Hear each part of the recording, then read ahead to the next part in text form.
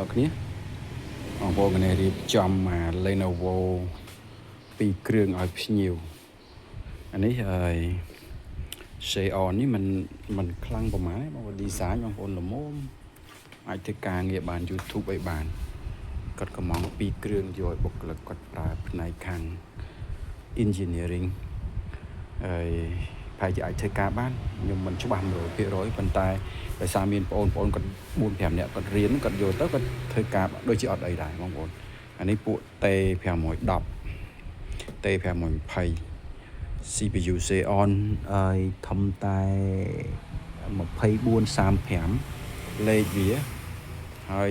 RAM 64G 4ដើមនេះ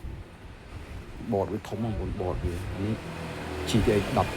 1078G គួរសមដែរបងប្អូននិយាយទៅពួកអា workstation ហ្នឹងមកបតវាធំបងប្អូនពួកអាបតធំហ្នឹងកម្លាំងវាខ្លាំ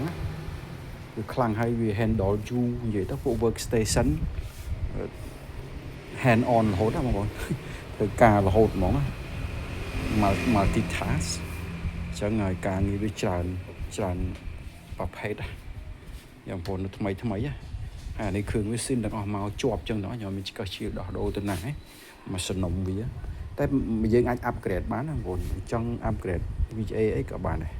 អញ្ចឹងចង់ថែម RAM អីក៏បាន RAM វាសល់4 slot ទៀតតែប្រហែលជាប៉ុណ្ណេះវា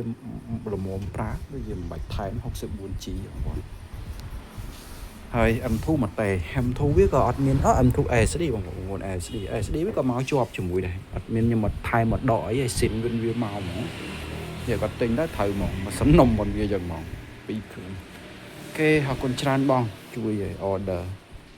អានពីរគ្រឿងសល់ខ្លះទៀតបងប្អូនអាចចង់បានអាចមករកថែម YouTuber ទៅអីហ្នឹងមកឆ្ងាញ់អរគុណច្រើនបងប្អូន